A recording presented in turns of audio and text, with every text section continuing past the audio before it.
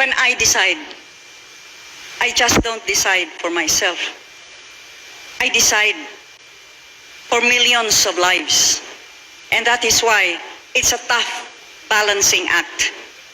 In the end, it would have to be the greater majority that were suffering that I would choose to help.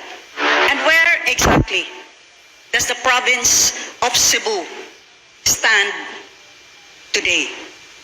Allow me to give you a brief summary.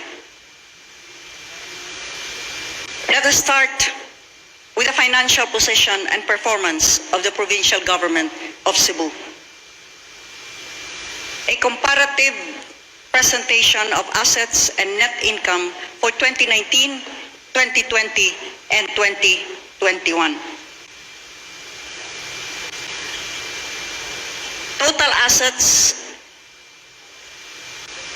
as you can see, has progressed through the years, and for the first half alone of 2021, we now stand at 211.3 billion pesos total assets for the province of Cebu, ranking us number 1 in the entire country.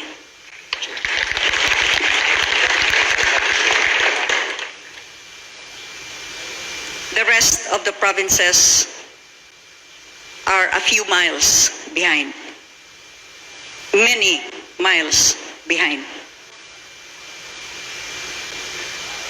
Net income shows that in 2019, it was a little below a billion. We reached 1.3 billion in 2020. And in 2021, for the first half alone, from January to June, we have already achieved a net income of 1.5 billion pesos.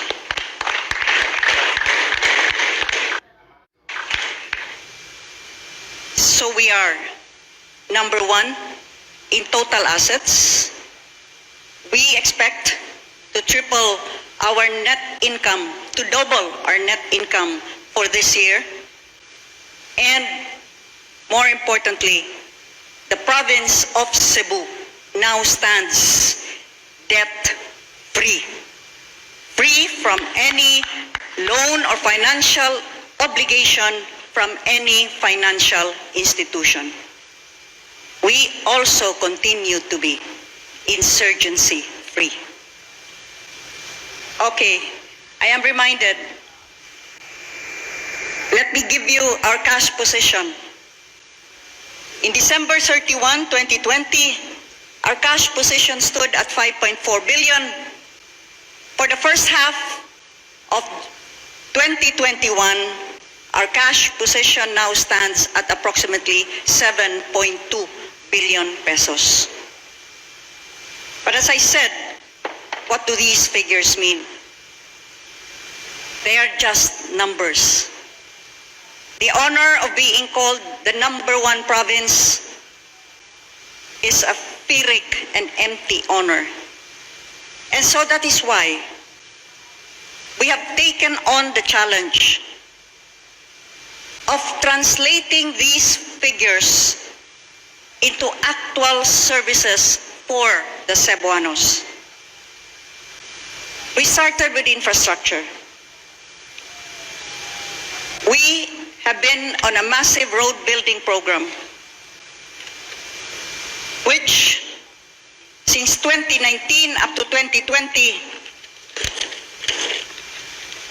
have seen the concreting of our provincial and barangay roads.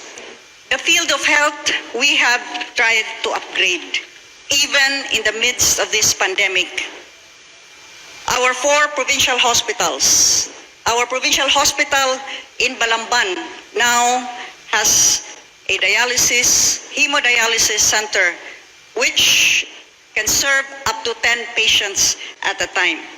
We are now on the completion stage of a 3-story building, as well as the construction of support facilities, upgrading our bed capacity to 200 beds, level 2. The same goes for our other provincial hospitals, Bogo, Karkar, and Danao. Our district hospitals as well are undergoing upgrading with focus on our island hospitals in Camotes and Bantayan. We have added medical personnel through outsourcing, job order, and have regularized the most number of medical personnel who recently were also took their oaths as regular employees as well as took their oaths as promoted health workers in our hospitals.